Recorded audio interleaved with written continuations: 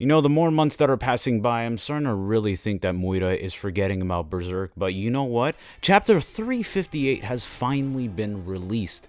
Moira has dropped in a new chapter. The Raw already came out, but a translation is already among us. My name is Rico from Kelphelp, and we are going to be looking at chapter 358 today, coming back from the previous chapter 357. We look at Griffith's army, and they're basically rallying against the surrounding different factions and kingdoms and trying to conquer them, but we did find out that they currently have the ability to warp to different places, so they can warp in space. But what does that mean for the army, and why are they trying to do this? So hopefully this chapter will give us a little bit more insight on what's coming out. So before we begin today's chapter, let's say a huge thank you to Tritium Decay.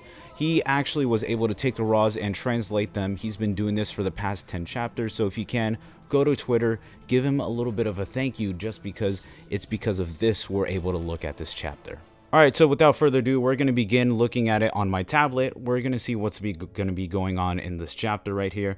So we're going to be starting with the setting of Falconia. Looks like the army has finally returned. Very interestingly, we already start the chapter with a hawk that's flying by in Falconia, but it looks like they're having a little bit of a meeting and a little bit of a down table right here. So already in this panel, we're starting to find out that Griffith is trying to eliminate some of the surrounding factions and armies and trying to basically conquer them. So it looks like he's basically going on a conquest and an empire. You know, he's trying to build that Falconian empire. It's interesting to note here too, because Griffith is actually saying that some of these giants and factions are starting to become threats to the army. So if anything, it's starting to give him more justification to eradicate people to build his own empire. And now we have a little bit of a return from Princess Charlotte right here. It's basically introducing her, and she looks like she's applauding Griffith for his war efforts and his contribution to Falconia. So it looks like we're starting to get into more heavy politics going on. So it looks like because of this, some of the citizens are starting to rally up against Falconia, because there is people who are unpaid, there are refugees, and there are different people who, you know, they're not able to get their dues. So if anything, we're starting to see crime rate is up as well. So because of this, we could possibly see maybe an upcoming civil war. We don't really know what's going to be going on, but this is starting to get very interesting to see. This might be what's going to be going on in the near future. I don't know if it's more of foreshadowing, but who knows. So a little bit of a discretion, we are going to be going on to off-camera shoots because Tritium wasn't really able to translate these on the panels, but hopefully I could deliver it to you as best as I can. Okay, this is already interesting, and this is somewhat repeating history going on. I'm not going to say what particularly, but it says right here that people with such vastly different cultures gathering in one place was bound to cause some problems. So because of this growing epidemic of bringing in refugees, and even some of the Kushan army that Griffith actually defeated, it's starting to seem like there's going to be like a melting pot of different people coming in, but that's going to be causing some disarray with the nobles and maybe even Griffith, but we're going to see how that's going to be turning against in his favor. So now we're going to go into another topic that we've been trying to get with Princess Charlotte, and it looks like there are some orphans that are that need some sheltering. So because of that, Princess Charlotte says that she's the one who's been trying to give them a home, give them shelter. So we're starting to see a little bit more of that kind-heartedness, but we're going to see something really interesting that Griffith's going to do. So because of what's been going on with the Kushan army, the economy has basically kind of slumped. So if anything, this is starting to set up for an opportunity for Griffith to take advantage of that. And we're going to really start to see this in the coming manga panels right now. Okay, this is already interesting, and we're going to start to get into some heavy politics. It looks like Griffith's saying that in order to kind of bring the country up, we need the kids to start working early, and we need to teach them reading, writing, and a lot of different mathematics and economic skills. But Griffith is saying this is what we need to do for the kids, and it's really interesting to see why he's trying to do this, all because he wants to build his empire, but he's willing to sacrifice the well-being of the kids in his empire for the well-being of everything. So it's starting to become very reflective of real-world politics, but we're really starting to see that reflected in here. So one of the nobles here is saying, but to give education to the common folk would be dangerous, right? So they're already contemplating that if you give the lower income families, you know, more education, they're going to probably rally up against the nobles. Is this something we need in our country? Why do we need to do this? What is going on? You know, some of them are kind of in a little bit of a disarray of what to do. So this is starting to become a class battle, a culture battle, and a culture clash, I guess you could say, between so many different parties and sects. And we haven't seen anything this divisive in Berserk in terms of politics in an incredibly long time since the Golden Age arc. So Moida's been doing his research, and he's been doing a really great job at creating a shattering economy in Falconia, trying to use Griffith's ability to become more of a sacrificial person and looking at the long term. This is what's really going to be going for Falconia, and we're really starting to see more of Griffith's personality. Interestingly, we're starting to find out that Griffith is saying we need to educate the kids. That way, in respect, they're going to bring up the country. If we bring up the country, they're going to be working for the Empire, and if we're working for the Empire, we're going to be getting more money. The economy is going to go up.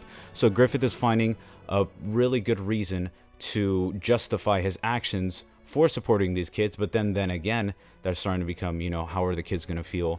We're going to start to get maybe child law labors, and we're going to start to see Falconia maybe have a civil war, because you're having these very polar ideas combating these very new ideas combined with the melting pot. Basically, Falconia right now is in complete disarray and trying to find its identity. This is something new we haven't seen before in Berserk. This is probably one of the most heavy world building I've seen in Berserk. This chapter alone does so much for the world building, and I can go essays upon essays of what Falconia is trying to do, but this is huge. This is really interesting. We're starting to get into assimilation, and various countries in real life have done this kind of practice, but it says we have a history of assimilating Kushan.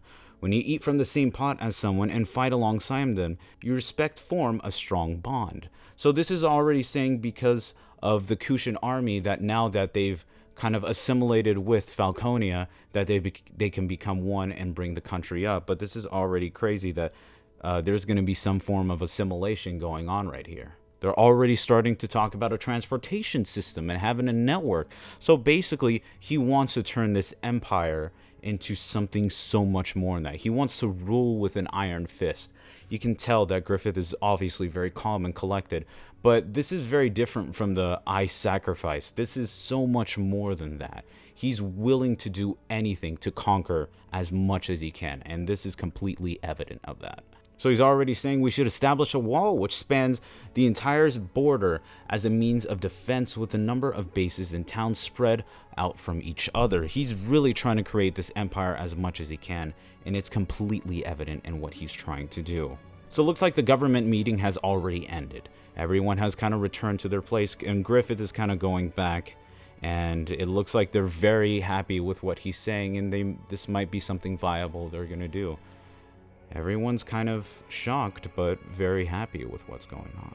It looks like after the meeting, Griffith is meeting with Charlotte right now, and looks like he's very happy to see that Griffith has supported Charlotte in her efforts to support the orphans. And of course, as you can say, Princess, you mustn't run. You'll trip. Griffith has always had control of the situation and kind of always entranced Charlotte, so it's quite amazing to see how calm and controlled he is of every situation. Looks like after this, Griffith is just basically giving praise to Charlotte. Charlotte is going to retire to her room and asking Griffith to join her. So since there, as we keep going down, we're starting to see Charlotte sleep on her bed. Griffith is perched on a window. He looks at a strand of his hair, and he just says, "Again, tonight then."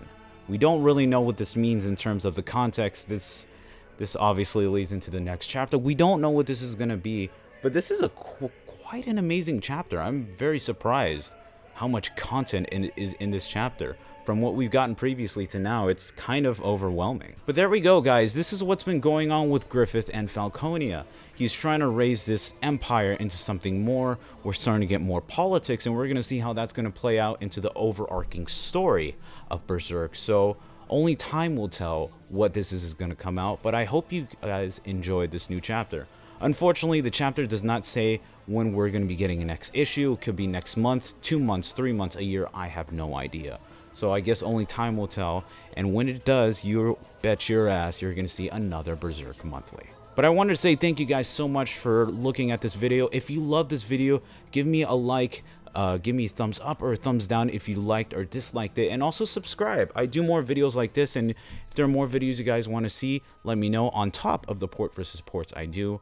Lastly, give some love to Tritium Decay because he did a wonderful job translating this, and even with the short time that he had. Thank you guys so much. I really do appreciate it. Keep updated with my Twitter on any new updates that I do. I really do appreciate it, and I'll see you guys next time.